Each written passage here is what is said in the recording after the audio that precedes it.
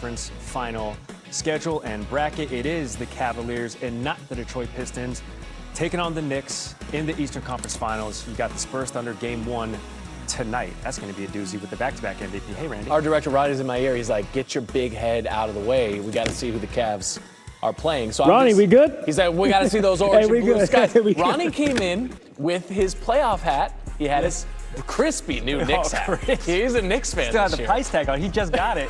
He just got it. Motor City. He's going to cut my mic. Motor City blowout for the Cleveland Cavaliers. He's going to cut more than your mic. He's excited to see the Cavs coming. He is. The Knicks are just going to roll Cleveland. So says Ronnie. I think they got a shot. Okay. I think they got a shot. But the Cavs had 64 points, the most they've scored in a road half this postseason.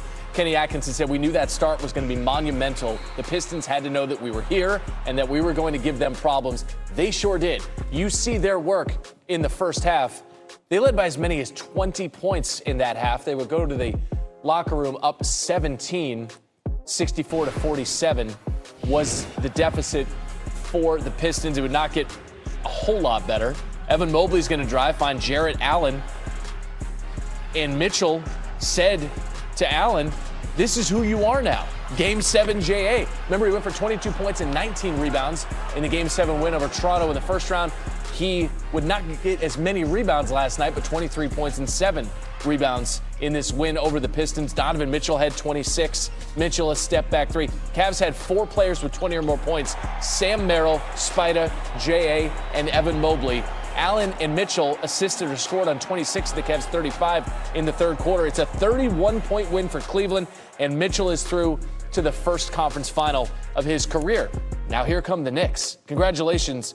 Here comes New York. They entered this season as the 2 teams with the shortest odds to win the Eastern Conference, according to DraftKings Sportsbook. And now they will be meeting in the conference finals after all is said and done. Here is Mitchell on facing his hometown Knicks. Yeah, me and my fiance joked that we'd be at home regardless, right? So we might as well play some basketball while we're at the crib. So, no, it's going to be special for sure. But they are a talented team. They obviously it starts with Jalen Brunson and Cat, but Mikal and OG have been phenomenal. Josh Hart, you look at their bench, has been great. So, we know them obviously, but I think the biggest thing is they've been off for they got a bunch of rest. So we got to be ready to go from the jump from game 1, and to that point is it's great. Yeah, I get to play at home, woo, but like doesn't matter. We got to be locked in and ready to go. And I know we will be, and they're a tough team, and we're excited. Senior NBA reporter Brian Windhorst, always locked in, joins the program this morning. Windy, great to see you. The Knicks won 2 of the 3 meetings versus the Cavs in the regular season, but how will this series be different? I'm throwing those regular season games out. The Knicks are playing vastly different basketball. They're a different style, using Karl Anthony Towns way more as offensive generation. The last time they played, James Harden had only been with the Cavs a short time. The Cavs play completely differently with James Harden.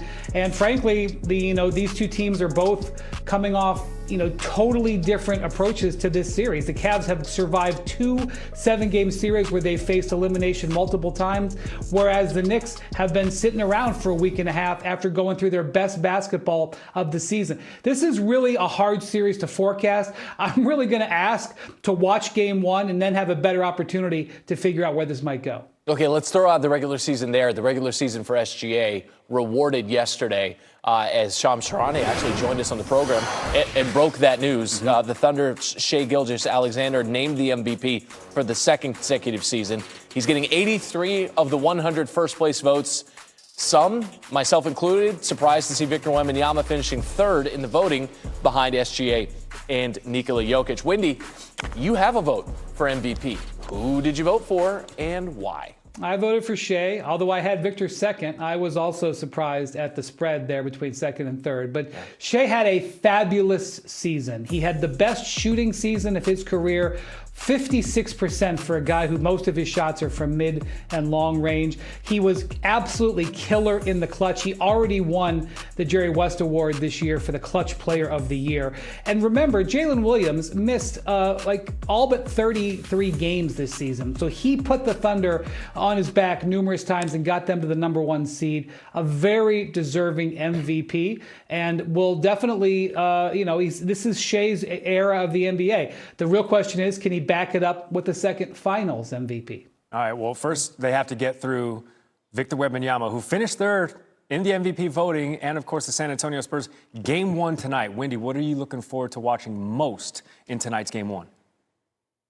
When I saw how this was going to play out, that Victor Wembanyama was going to be there in Oklahoma City when Shea actually gets the award from the commissioner, I was transported back to when I was 17 years old, guys. I will never forget Hakeem Olajuwon versus David Robinson.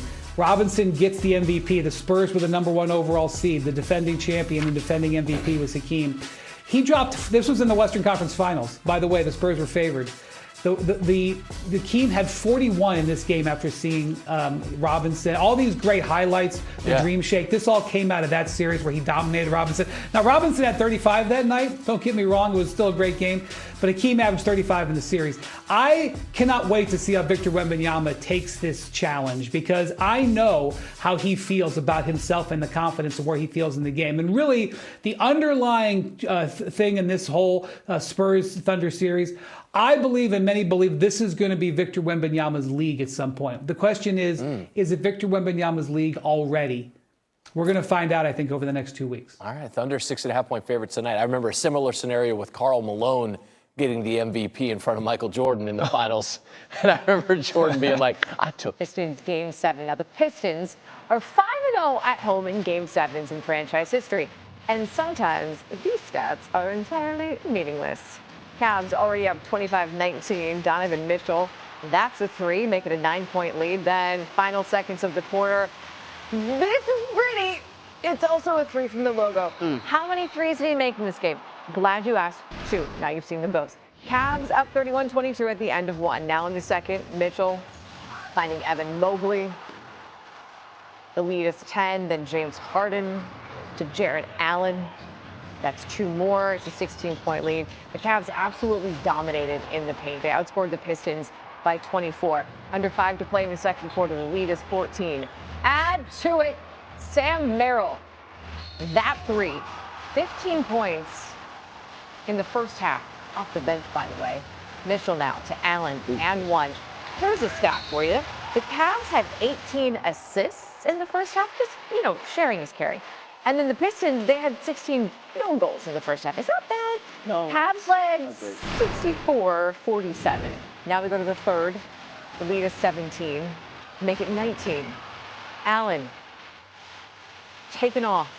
Then Merrill doing his thing at 15 in the first half. Finished with 23. Cavs now up 19. How about more Donovan Mitchell? The lead is 90-69. Mitchell does that. The largest lead of this game was 35 for the Cavs. Now only 23. Up 24, Mitchell again, 26 points. And then he's just going to pull up all the dance. Look at that. Oh, donkulous. That made it 99-73 at the end of 3. No changes, no notes in the fourth, because nothing changed. The fans could start to file out, and they did. Those guys, they wanted to stay because the Cavs win. They hand the Pistons their first Game 7 loss at home. Cavs have now won 6 straight Game 7s. That is the second longest Game 7 win streak in NBA history. The only longer run belongs to Bill Russell and the Celtics, who won 10 in a row back in their heyday. So their win means it's off to summer camp for the Pistons. Join us here on SportsCenter to do just that. The Cavs really were excellent right out the gate, setting the tempo of this game. It felt like, Janae, what allowed them to be so dominant in this Game 7? Cleveland is back. There were great expectations for the guards, Donovan Mitchell, James Harden, but the real game changer is their dynamic big in Evan Mobley. Getting this level of production from him is icing on the cake and is the reason why they are in the Eastern Conference Finals. Let's break it down with this tape because when he's dribbling like this, creating, it's a great sign. He has good synergy and chemistry with Donovan Mitchell. Here's a dribble handoff, but I want you to focus on his hands because he does set a great screen and then he shows you, hey, give me the ball, throw it up there. This was a game where they were raining dunks, not just him, Evan Mobley, but also Jarrett Allen because of plays like this. I also love how he moves without the basketball. If you are sleeping in the paint, he will teach you. He cuts, and this is where all the defenders are watching Mitchell or Harden because of their excellent shooting. But instead, on the attack, he's able to get a wide open dunk because of his movement. But look at the level of commitment from baseline to baseline. He's freeing up James Harden. The entire defense should be loaded up. This is a team, Detroit, that's known for that. Instead, when he's going to get jiggy with it with this much room, he's truly confident, but he's so unselfish as well. Nice slam screen. He's wide open for the layup, but instead, he creates for a shooter who knocks down threes. This man, Evan Mobley, he had 21 points, 12 rebounds, and 6 assists. And those assists were so crucial to show what he's capable of as a leader. And so he is truly their X factor moving forward. I ain't have a Will Smith rap lyric getting in the Sports Center this evening, but I'm here for it either way. Nah, nah, nah, nah, nah, nah, nah. Flipping over to the other side of this here equation.